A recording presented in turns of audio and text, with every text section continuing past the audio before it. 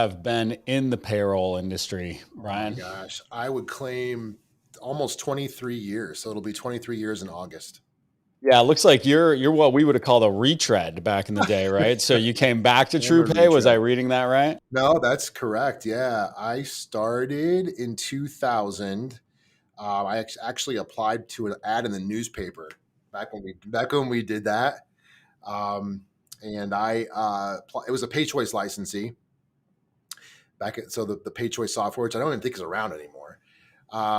But I worked there for 5 years. I sold really small to medium sized businesses. So, one employee up to about 250.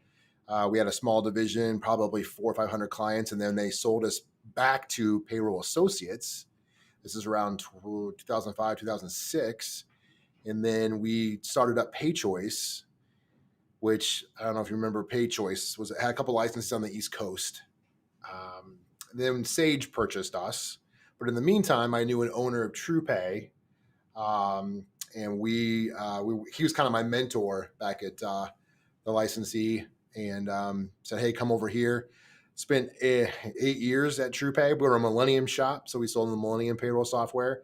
Really, again, small and medium sized businesses. We had a few large organizations as well, and then I left there, and I wanted a taste of management, I guess.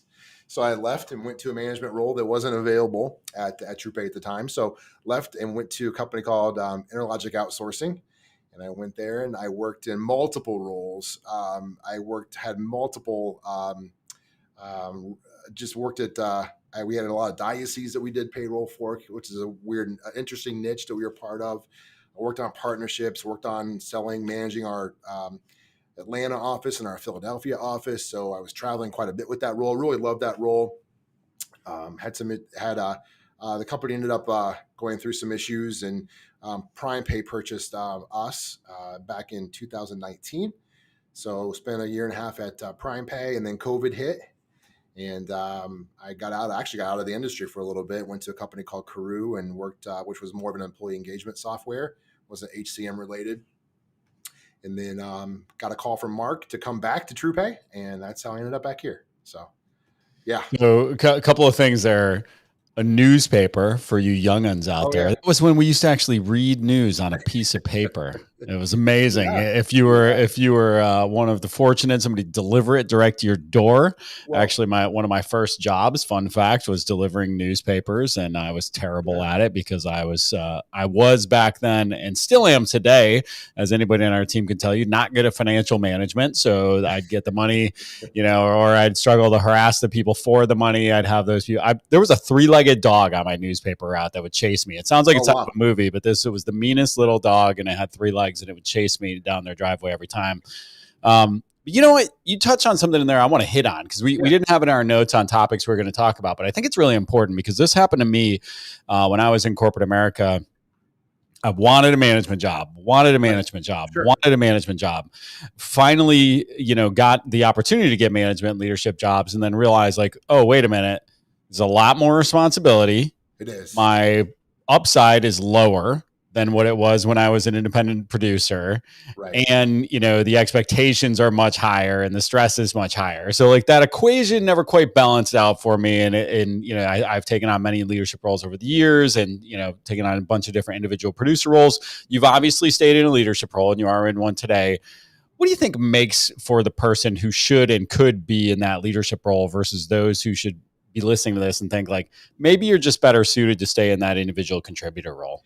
Yeah, that's a great question. And I think that it boils down to, are you a coach? Because you start as you're an individual producer and you're working on your quota, you're working on your territory, your clients, your prospects, and you kind of just control your own day to day, right? Your schedule is yours. Your meetings are yours, and your quota is yours, and you're focused solely on that. Now, when you get into more of a management role, then your quota, you still have one because now it's your team's quota, and it probably tripled overnight, right, or quadrupled overnight. So now instead of a $250,000, $300,000 quota, you're over $1 million quota, right? And now you have to manage everyone else's time and your own time, because in a lot of ways, I was still an individual producer on top of a management role responsibility. So you have to be really good at time management, right? I think you have to really focus on managing your time well. But you turn into a coach. You have to make it all about them and your team and less about you. And it's a mental change. You have to really focus on that, because I think as salespeople, you do get to a point where you just want to focus on hitting that number, and that becomes your drive every single day. But now, wait, time out. I have to really drop what I'm doing here. This person has a question. They want their quote to be looked at, or hey, I got a meeting with a broker. Can you meet me for coffee? I really kind of struggling on the talk track for those people, and just those different things. You're like, your focus really changes, and you have to really, I think, you really want it, because your life it just flips upside down. It's just a big culture shock in a lot of ways. That's a really good point. I think you have to want to invest in others' success as much or more than your own success, which is something that a lot of people think they want. But in reality, it's funny because regardless of the role I'm hiring for, people come in all the time in the interview process and talk about how they want to be a manager one day, or they want to be in leadership one day. And I don't really think they know what that means oftentimes. Right. I think it's just like the next obvious step of what I'm doing is that I'm going to move into a leadership role. And then they get into a leadership role and they go, well, geez, I'm still trying to make this all about me, because that's what we are. We're selfish humans. It's not like it's about an indictment on that individual, but it's very challenging to hook your success to the success of others and purely spend your time investing in the development of those people and those processes and the success of others. And they both are very entrepreneurial roles, especially in sales, right? Sales, I feel like, prepares you for entrepreneurship a ton, in the respect that you have to manage it. You're the CEO of your territory, and your income and your expenses are all contingent on your ability to produce and manage that territory. And then when you start adding reps into the fold, then it even expounds and expands on that. So really interesting point. I love that. And I think if you're listening to this and you're not in sales and you're not in a leadership role, you really have to look long and hard and say, like, do I want this additional responsibility in conjunction with some of the other things that come along with that, in the form of stress, never ending questions, and or would you rather just contribute at a really high level and become a subject matter expert on a couple of things that you're fantastic at? So big life decisions. No, it's huge. I think accountability is a huge part of that too, because you have to really work on holding the team accountable, and sometimes that can be difficult in a lot of ways. I think that we're going to talk a little bit about KPIs and numbers and tracking things here in a minute, but I think that that's important too, is the accountability piece, and having those tough conversations at times too, because you're going to have them. I'm thinking back as you were talking, Matt, about some of the managers that really made an impact on me are the ones that are the ones that, hey, you know what, that call was terrible, and I'm thinking back to some of those that were just really weren't that good. Right. Yeah. But I think that the ones that maybe said, hey, you could have done this differently, or had an after call meeting. I think that you have a call, instead of getting back in the car and getting back to your, going back to the office. Hey, stop, pull over. Let's go through what went well, what didn't go well, what we could have done differently. And it's not an indictment on what the job that you did, but it's great practice and helps you for when you go to the next one. I think that's where the manager has to turn into a coach. It has to, and know that you have your reps back at the end of the day. I'm rooting for you. I'm on your team. I'm on your side. On the flip side of that, you have to be accountable too. And you have to say, hey, there is a number to hit. There are targets to hit. And we may have felt short this week, but I believe in you. You can do it next week. Let's go. And you have to get in the trenches with them and charge the mountain with them and come alongside. Those are the ones I know that made an impact on me today. It's just the ones that have come alongside and said, hey, you're good at what you do. You may have had a bad day, or it's a bad week, but hey, tomorrow and Monday it's a new day, right? So yeah, new week. Yeah, it's really important, and it's important to coach in real time, and it's important to lead with questions. Two of the biggest mistakes that we see is letting things accumulate, pile up, and then we're going to have this big conversation about it, right? So the shavings make a pile is what one of my old leaders used to say, and it's like sometimes as a leader, by the point those shavings start to make a pile, you get frustrated and maybe explode on someone versus just addressing those small things in real time, course corrections, and keeping somebody on track. I think I've told the story on here once before about one of my favorite managers I've ever had telling me after I guess we were in a pitch meeting. I was pitching them payroll, construction company, and it was not going well. It was somebody I was dragging through the process, really had no business pitching them. They weren't even that interested, but we were, this was in the early days when I was just going to drag everybody through a process to keep Salesforce.com up to date. And when we left, he said that I asked him how he thought the meeting went, and he said it was like being in the cockpit of a airplane that was on fire and was headed down. And so I don't think that means it went very well, is the takeaway I had there. And I've had that type of relationship with other leaders where you've got to be able to provide that candid feedback. And sometimes it needs that element of some humor and some levity to keep it real. But one of the biggest challenges, and this is a big challenge for me right now, and I struggle with it with our team all the time, is just like talent is at an all-time premium right now. So we're all sort of walking on eggshells. Nobody wants to criticize. Nobody wants to sort of like, hold people accountable to certain things. And it can be a real huge detractor in a day and age where you want to set high expectations. You expect a ton out of your team, but you got to have kid gloves on when it comes to providing feedback because, it's a hot labor market and folks are in high demand. And so it's a challenging time to be an employer for sure. What are some ways you combat that from your side, Mark? Bryan, sorry. Oh, that's okay. Well, that's a great question. I think that,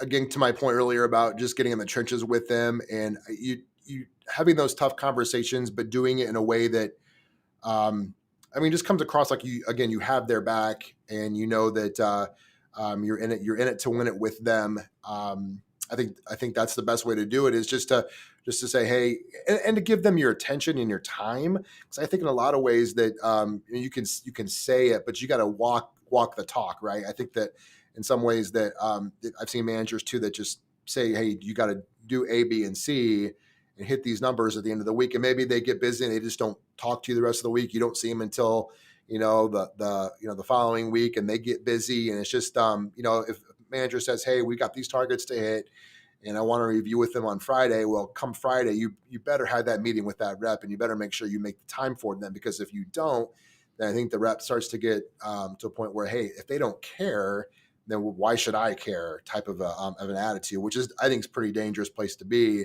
especially like to your point about today's labor market. You need to be, and that person can go really anywhere. And I think that it's hard to find good talent in the first place. So why not, if you have good talent, make sure that you're treating them well, you're investing in them, not just with resources and things, but with your time. I think that's where it's kind of where the rubber meets the road is, are you giving me the time and attention that I need to succeed? And if you are, then I think that employee becomes someone that turns into a long-term employee that can help win business for the organization at the end of the day. Yeah, it's interesting. As you're talking, I'm visualizing, we're recording this right before Super Bowl weekend 2023. It won't come out for a few weeks here. But, when you see a good coach where a quarterback throws an interception, makes an obvious bad read, player makes a huge mistake in a critical moment, when they go over to the sideline, the coaches aren't screaming in their face, right? They put their arm around them, they grab them, they talk to them, they pat them on the helmet, tell them, look, here's what happened. You're going to get it next time. You already know what happened. We're going to work through that in practice. Now's not the time, right? And that's one of I coach a lot of sports. It's one of our coaching philosophies. We're going to coach you hard during practice. During the games, we're going to let you play. We're going to let you play loose, and then we're going to address it again during practice, right? So picking those right times and that right framework to correct folks and to work through the challenges and make sure that they know that we're all on the same team. We all have the same goals. So let's talk about that. So I think in our previous conversations, you've told me that you guys have recently changed the makeup of your team. How do you structure your sales team? Why is it structured that way? What are some of the lessons you guys have learned over the last few years? Yeah. So right now, we have we have a team of 5 right now.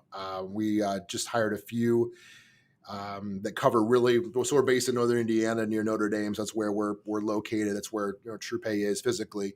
But we have reps that 2 that are covering the outside that are more business development reps that really manage the whole process. So they're working to get new appointments, and we call them net new appointments. But we're wanting them to do that, do a discovery meeting as the first part of the sales process, and then do the demos and quote delivery and hopefully closing from there. But we have 2 of those that are doing that right now. We actually have a person that does just client care and client upgrades.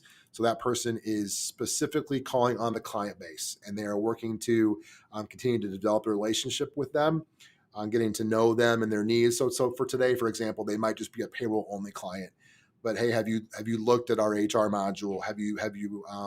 When's the last time you evaluated your time and labor situation? So just calling into the client base to make sure that we're touching them and hopefully making them more sticky, and trying to sell them additional products. So that's all they're doing. They're not doing any net new business. It is just current client upgrades. Then we have a marketing specialist, and that person's role is really just to focus on the marketing side of things. So they're doing the social media posts. They are doing any kind of internal communication, external communication, working through those, LinkedIn posts, all of that. They're really focusing just on the marketing piece, and they're also working on some of our internal things. Like if we have an internal newsletter, external newsletter for clients, working through a lot of that. Those marketing functions is what she's doing. So then we just have a director of sales and marketing too. So we have a team of just 5 right now. So we've had some turnover lately in the last year, but back up to a team that we're kind of running with into 2023. So. Yeah. Let's talk about that client rep for a moment. I know a ton of folks that I've talked to over the years that listen to this podcast that are smaller shops, but they have grown like really nice big bases of payroll clients. A lot of them lead with payroll only when they first get going, like many bureaus do. They're building up hundreds of accounts. And then, now it's time to decide, do I want to layer in other services? Or they've started to layer in other services, but maybe they haven't really thought about that client marketing strategy. And, you mentioned something in there, and I don't want to pick on it. You didn't intend it this way of like, hey, we're trying to sell the client something. One of the biggest things that happens to us every year is that we'll send out our client survey. We'll get our net promoter score, but we'll bury this question in there that says, what additional services would you be interested in us offering? And we'll tend to put in half and half of things we currently offer and things we don't currently offer. And so that way, we'll get a sense for, do they know if we offer this? And more often than not, they're checking the box on things that we already offer and they didn't even know we offered in the first place. And then sometimes we'll get the understanding of, oh, we've really got some demand for something that we don't offer today. Maybe we should consider if there's a good way for us to deploy it or partner with someone who can. So what's your guys' approach to sort of educating clients on what additional opportunities they have to grow and expand the relationship? Because there's nothing more heartbreaking than somebody leaving because they're saying they're going somewhere else to get something that you already have and they didn't know you had it. That's so getting frustrating.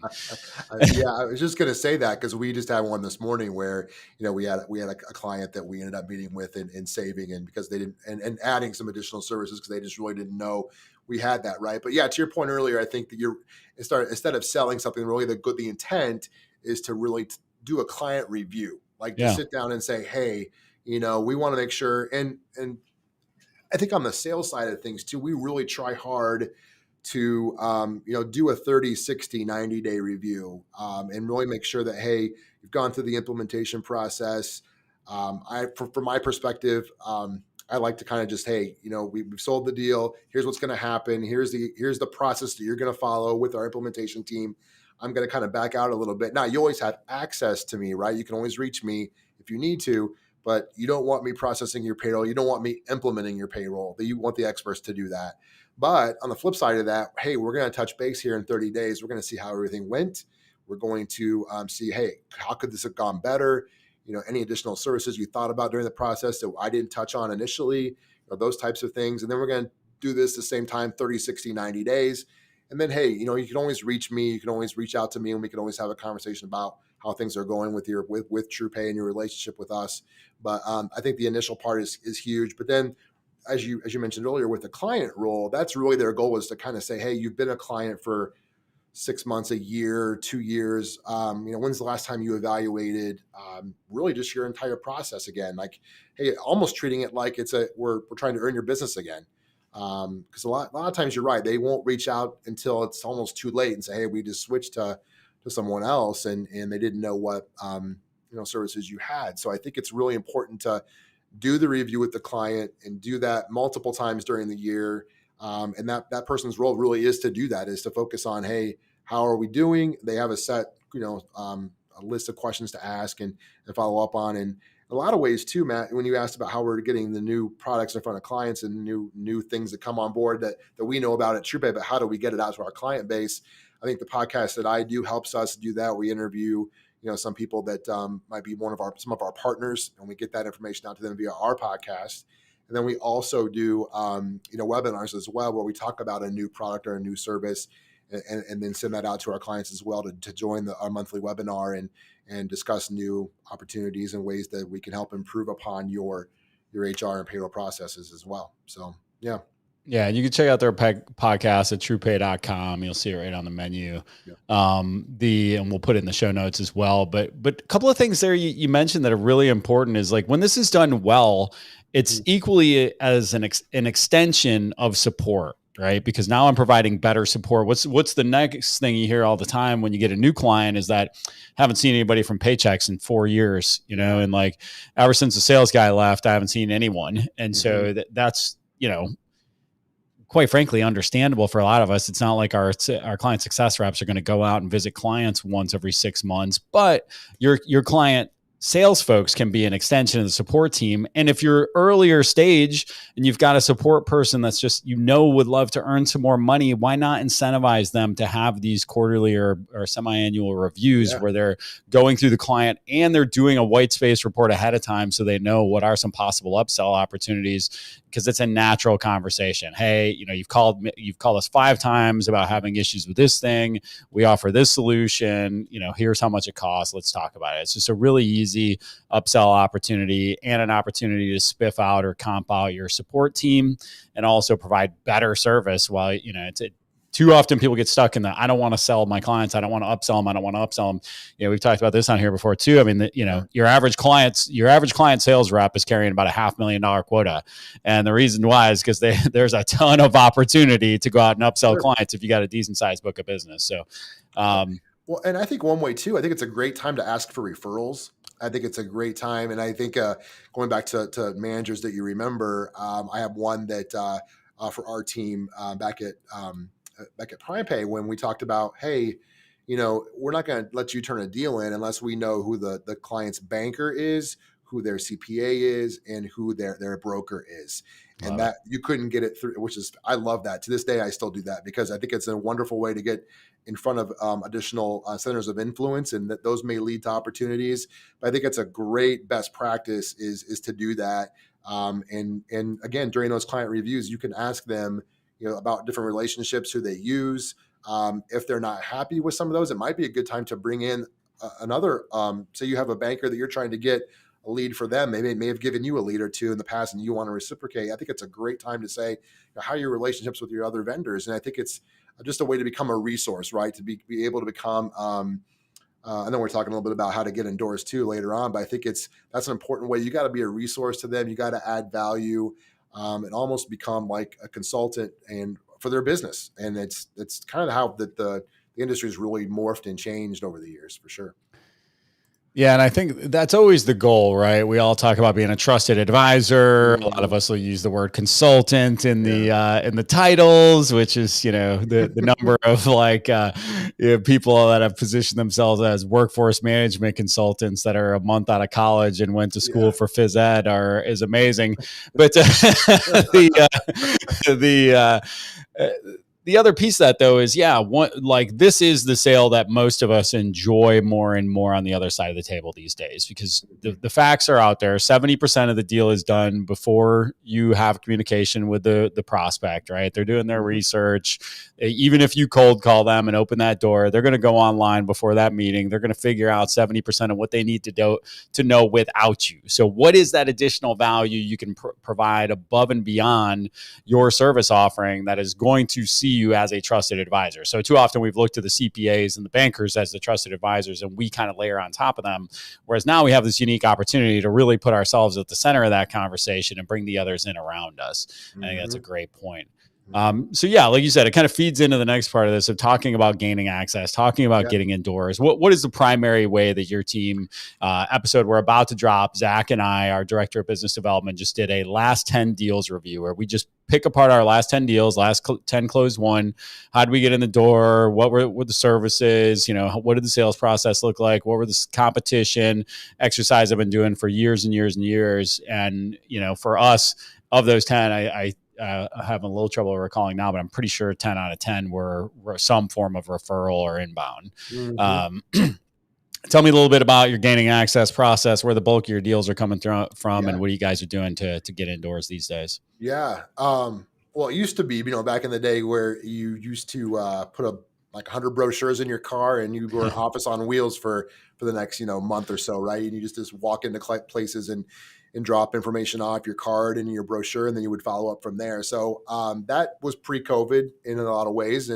But that a lot of that's coming back though, too. I think that it depends on where you are, but a lot of ways, we're starting to see our reps gain some traction just by doing that more. I think that in today's day and age, I think we tend to want to hide behind email in a lot of ways and just send, hey, maybe use GPT to send out an email that is well crafted and directed towards an HR director, and we're going to send that email out to them 100 times, and nobody's going to respond to it, but we're exhausted, right? Because we just sent 100 emails out for the day. But man, I'm grinding, rise and grind, baby. Who's going to sit down and fire these emails out today? Yeah, but I think that we've in the last several years have just become that way for whatever reason. Like I think it's good to add that as part of your overall game plan, and I think emails are great, but I think picking up the phone. I mean, when's the last time even from a sales leader perspective, I can't remember the last time someone called me to get an appointment. It's always been via email, and you get a ton of them,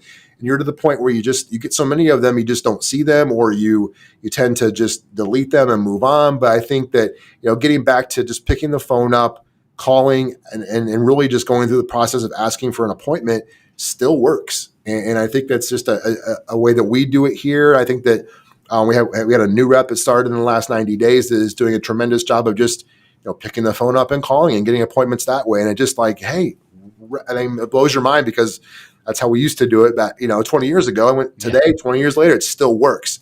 And I think, but today's tools are just so different. We use a lot. We use Zoom Info, where we can send those emails and those cadences out to different organizations and really get specific on who we're going after.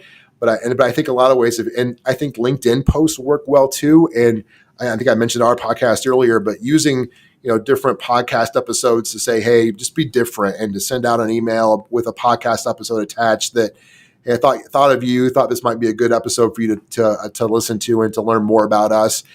We even did a podcast episode where we interviewed Mark Rutledge, our president, and I've sent that out just to say, hey, have you ever heard of TruPay? To get to know us a little bit, here's an episode from our president. You can get to learn about us before we even meet.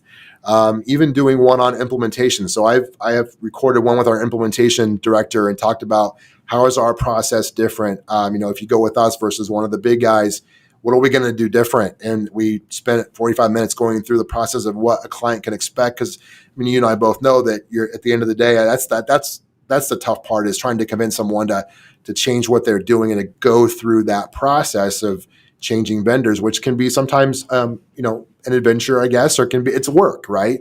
And I think that that episode's really been great. I think just trying to leverage all those different things and just coming up with different cadences and seeing what works, and maybe doing A/B testing, like, hey, this is working well. I'm going to send a bunch of emails out, or make a bunch of phone calls. Those are working. I'm going to try emails. I'm not getting anything out of emails, so I'll just focus my attention on just picking up the phone. So it's a lot of trial and error. But if I were a new rep or a new manager managing my team, I'd say, hey, you can get back to the phones and kind of dropping in person because that's working really well right now.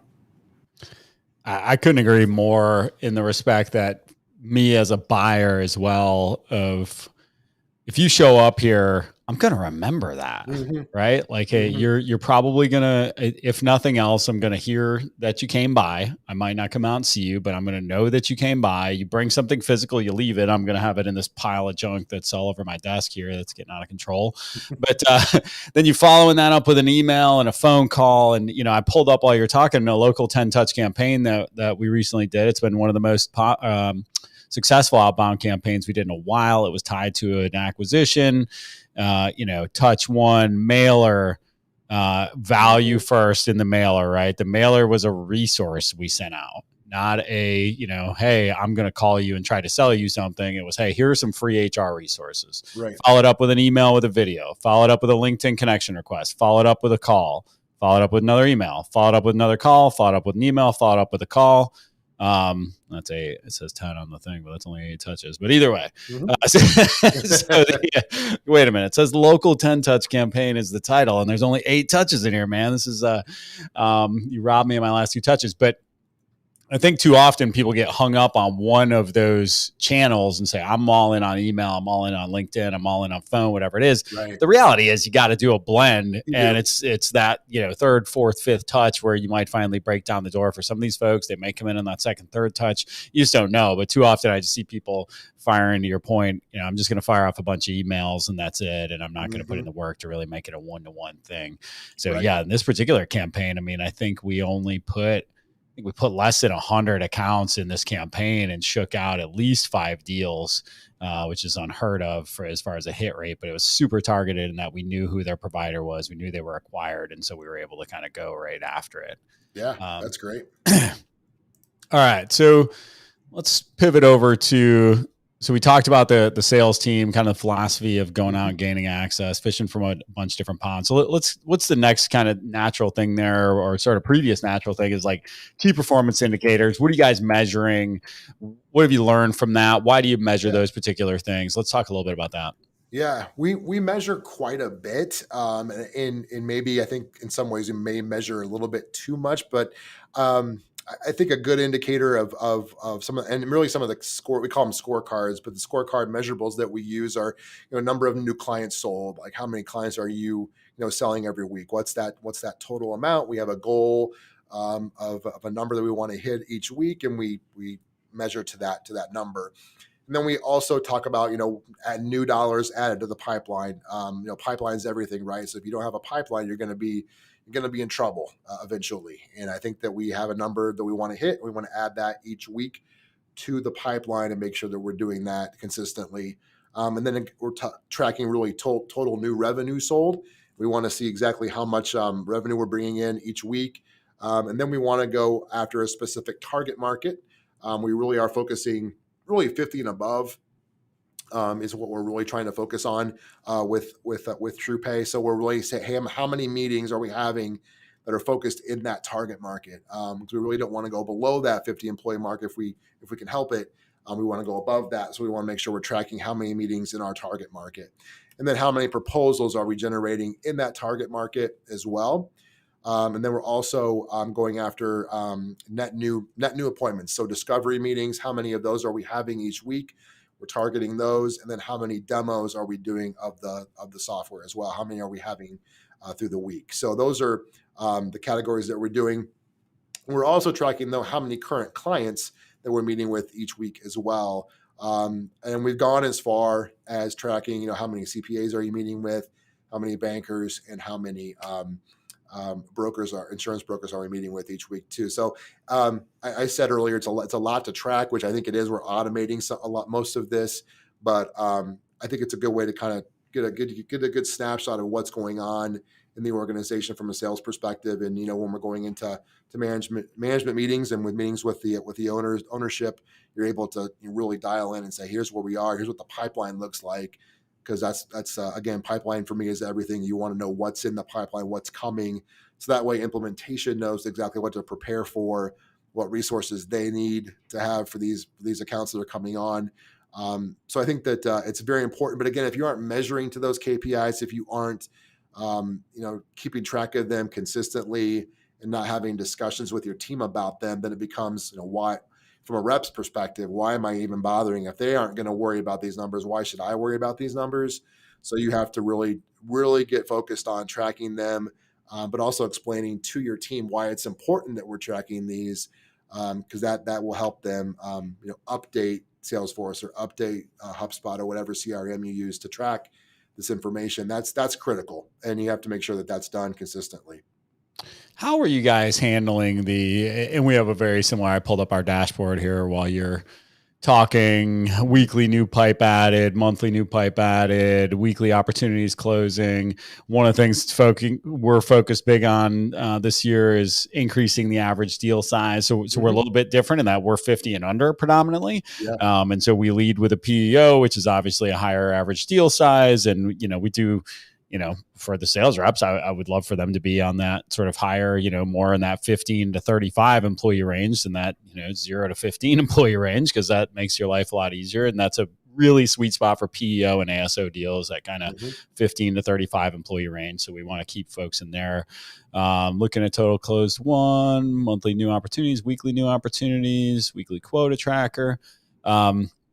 And yeah, to your point, I mean, we were able to build this out on the homepage of Zoho in a few weeks, and it's easy to see. It's great visualization.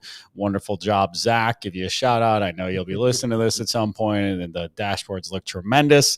But you mentioned something in there that jumped out at me, and it's something that we often kind of go back and forth on, of how many of your appointments should be focused on COIs or partners, right? So when you talk about that, hey, if you're going to go have X number of appointments this week, what percentage of those do you want to be partner focused or COI focused?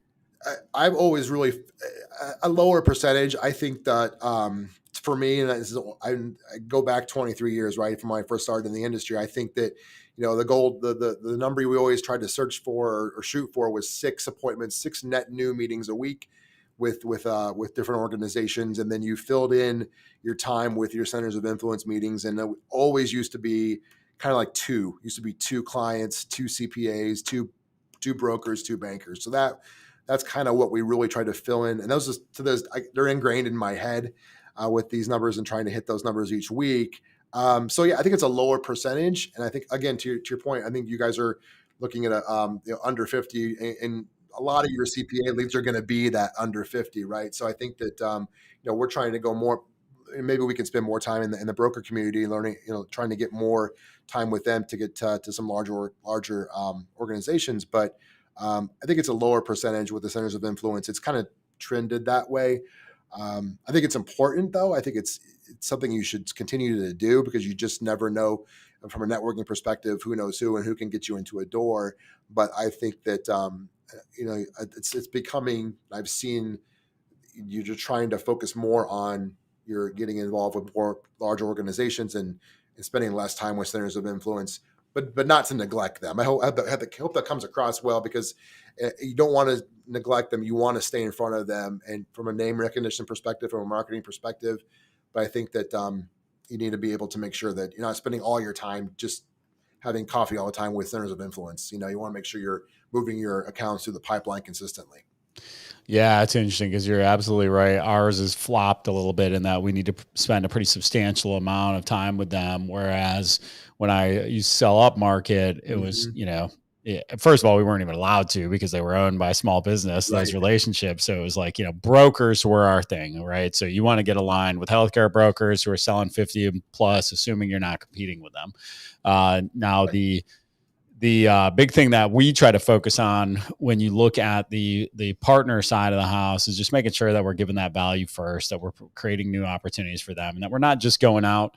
When you get these CPA centric reps, they're calling 25 CPAs a week, however many it is. And it's just like, how can you develop any real relationships, provide any real reciprocal value there? Sure. So we try to keep a pretty tight circle as it relates to that.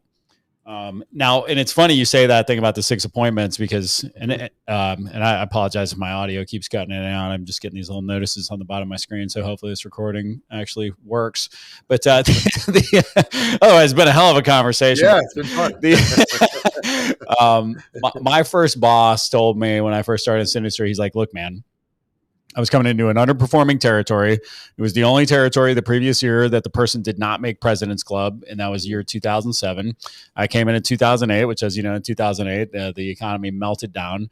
I took over the territory, broke the sales record in the territory, made President's Club, was the only one on the team to make President's Club. And the thing he told me going into it is like, look, if you get 2 legitimate appointments every week, you will make President's Club.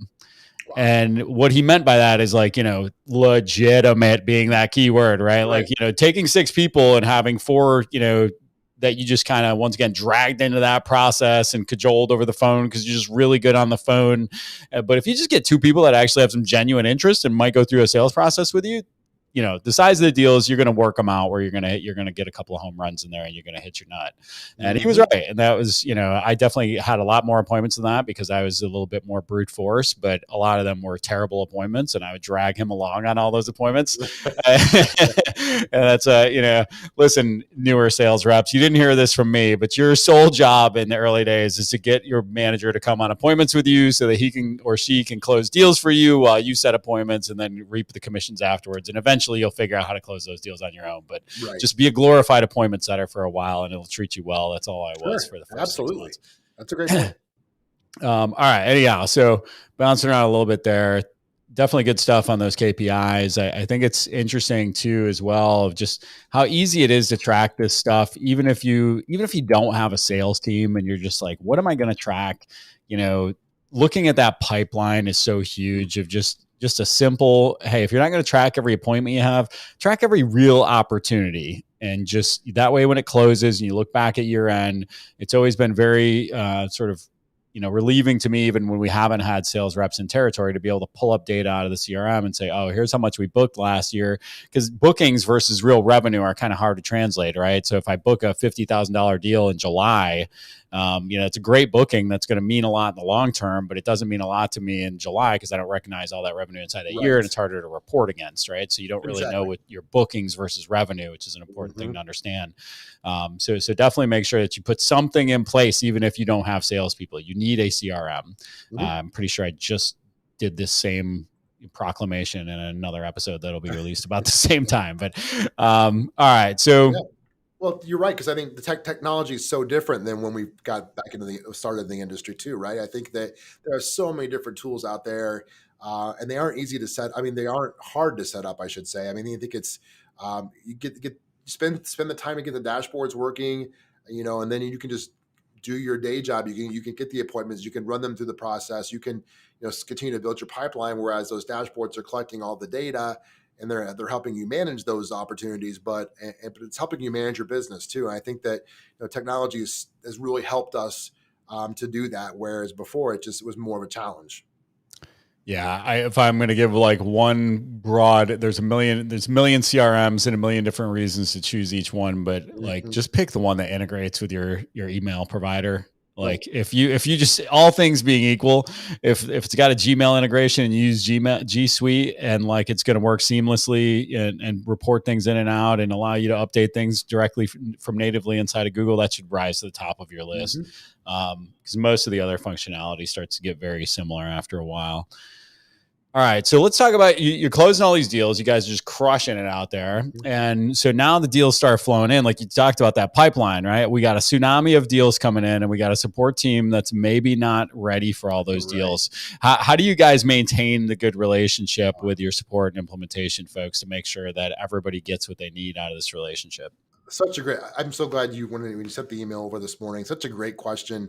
And it's so important, that relationship with implementation and sales, it's vital, and it's so important to communicate well. I think that's something we do extremely well here, is just that sales and implementation are constantly kind of singing from the same hymnal, right? They're on the same page. We meet regularly. We talk about the accounts that are coming. One of our processes is to have what's called a pre-welcome call. So even after we get done here, Matt, I have a pre-welcome call for a new client coming on board where myself, implementation, the person that's running a point on the process, we all get together. Depending on what module they have, we have an HR implementer on, or we'll have our training person on to talk about the ins and outs of the I guess what they do, what's different, what's unique about this client. So we'll meet with them and we'll kind of go through the process of what they can expect. And then we'll have the welcome call with the client where sales is involved with that implementation team and the client. And we do a handoff to them so they know exactly what the process is going to be. They meet the people. It's a 15, 20 minute get to know you. and then they work on the cadence of the implementation from there. So that's how that process works, and it works extremely well. But then we're able to talk to our implementation team can also look into the data that we're tracking, the KPIs that we're tracking, so they can see what's coming in March, what's coming in April, what can we expect, and once the deal goes into close one in our CRM, they're able to see that, and they can track those accounts that are coming on board, so they know how to staff for those implementations. So yeah, it's such an important part of the business, because you need to be able to communicate well, because the last thing you want is for someone to sell it, turn it in, and we used to call it like the dump and run, where you have all these documentations, implementation's not in. Oh, great. I'm going to leave it on their desk and I'm back out there selling and I'm guilty as charged. I've done that a couple times. Kick it over the fence, as we say. Just kick it over the fence and we're back on the road. Exactly. But I think, that's critical to the success of the client. I'm a big client experience guy. I like personally when I go, I'm have to have a good client experience, but I want clients that we work with and the prospects that we work with to have a great client experience with us, so that they, someone told me years ago this, when I had signed a deal, that, hey, this better not be an event. Payroll should never be an event. It's always stuck with me that, I want to do everything I can to make sure it's a big decision to change anyway. Let's see what we can do to make it as seamless as possible for the client. Make sure implementation knows what's happening. They're looped in on every detail. And that client, that first payroll is seamless. And we had a client earlier this year say, I wished I would have found you guys earlier. And that made my year for him to say that, just to say, we wish we would have found you earlier because of the experience that we had. So I think that's just that's a great question. I think that that is such a critical part of sales, getting it right with the prospect and with the client, but also with, you're your teammates, right? You're all on the same team. You play for the same team. And I think it's important in implementation, you guys, because you need to make sure that the client gets it right, they get it right, and that it goes well from the beginning. Yeah, I use that team piece, right? It's not like going back to the football analogy of like, the offense and the defense can't be completely at odds with one another, right? We both got different jobs to do, but ultimately the team success is built on us performing at a high level on both sides of the ball. Yeah. Quick question for you. Which CRM do you guys use? We are HubSpot. We use HubSpot. HubSpot. Yep. Okay. Yeah. HubSpot's one of the three I'm running right now. No further questions. The kickoff call thing you mentioned, I was thinking about this as you said it, and I was like, you guys call it a welcome call. We call it a kickoff call. And I'm curious about your responsibility as sales team and what they're responsible for in the implementation process. I'll ask that when we're done, but thinking about the kickoff or welcome call. And it's a pretty common thing in our industry. You probably won't stand out by having a kickoff or a welcome call, but you will 100% stand out by not having one. Yes.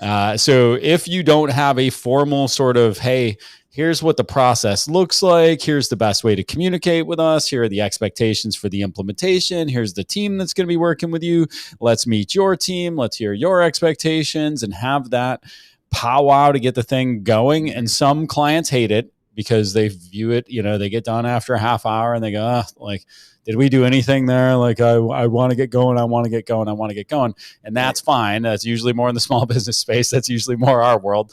But the reality is, often those things that you get complaints about later on down the road are the things that you address in the kickoff call, right? The where we hear that mall map that gives somebody that understanding of like, where am I in the process? What's this going to look like? Who do I contact for what? How do I contact people? And what are the expectations on turnaround times, right? So that's always a huge one. Yeah, and that's huge. Yeah. Don't email Bryan's personal email and expect to get a response related to this payroll. You should email support@TruPay.com, or, whatever the thing is. Like, this is how, and this is why. Like, for us, we're one of those companies, and I know a lot of us out there, we're support@guru.co. We make sure we tell them, listen, the reason why you're not emailing Jason or Kelsey or Jenna or whomever directly is because what if they're not at their desk? What if they're off that day? What we want to be able to have it come into the support team, get assigned to the right person. We don't need you to remember who your tax person is, who your payroll person is, who your HR person is. We'll do that for you. You just send it in there. You'll get a response in less than 2 hours, but let us take care of the rest of it. And please don't email people directly. So big expectation we set there. But what is your guys' responsibility of the sales team as it relates to onboarding new clients? Yeah, it's really initially gathering some of the initial documentation that you would need to switch over, like the Fed ID documentation, those types of things that you would need to convert over. And then we have we call it a gathering doc, where it's a 4 or 5 page document that talks about the organization, who's who in the organization is responsible for processing the payroll, who's our main point of contact, just some initial questions to kind of just start the process. And then we turn those in, and then that we're pretty much done from there. Although we are on the pre-welcome and the welcome call, and I think you're right. I think that you won't stand out by having it, but I think you also will stand out though if it goes well. If the welcome call goes off without a hitch, and the expectations are set correctly with the client before they even get on the welcome call, then I think you can really set yourself apart too. I think just by having those and doing them well. But from a sales perspective, that's really all that we do. And then we have our follow-ups on the back end. Once those payrolls have started to process, then we get re-engaged with making sure that we're following up and staying in communication with them.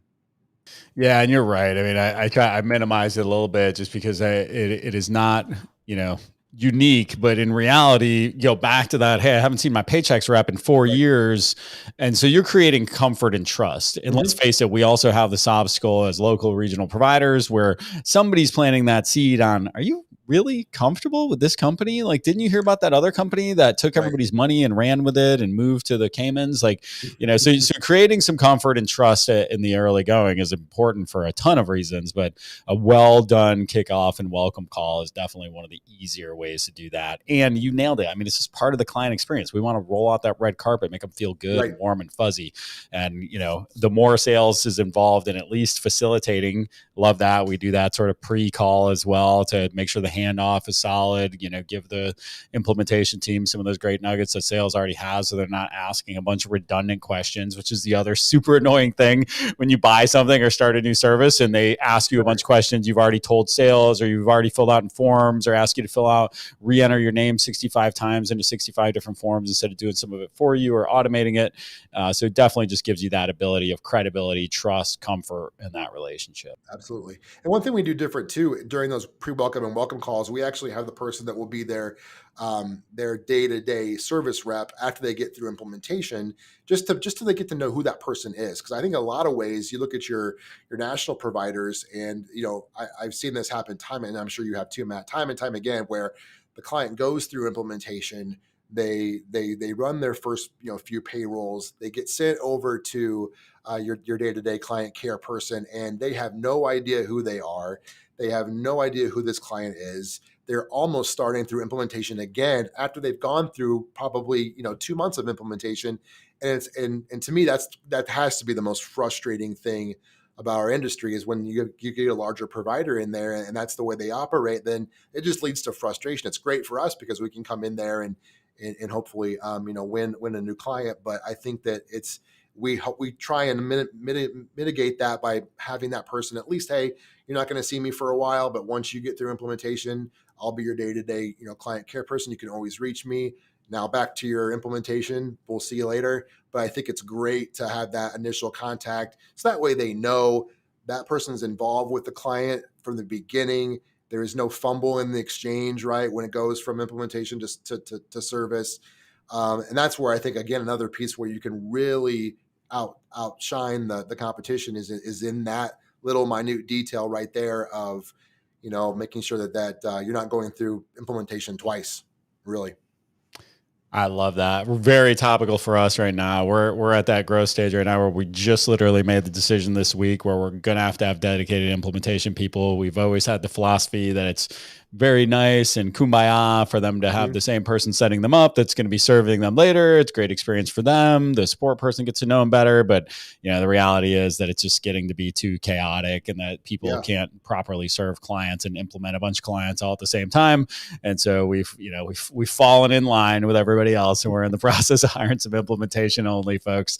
I think I took a note here. I'm like, that's another episode in and of itself, the implementation versus support mindset. But Bryan, what are some ways people can find you if they're interested in connecting with you and learning more about you and the organization? Yeah, our website's TruPay.com. I do have a couple podcasts. The podcast we do for TruPay is called Inspired Insights, and you can see the link on our website as well. I'm on LinkedIn. We'll connect on LinkedIn, primarily there. And then I have another podcast called Essential HR that I do as well. So would love to connect and appreciate you having me on the show, Matt.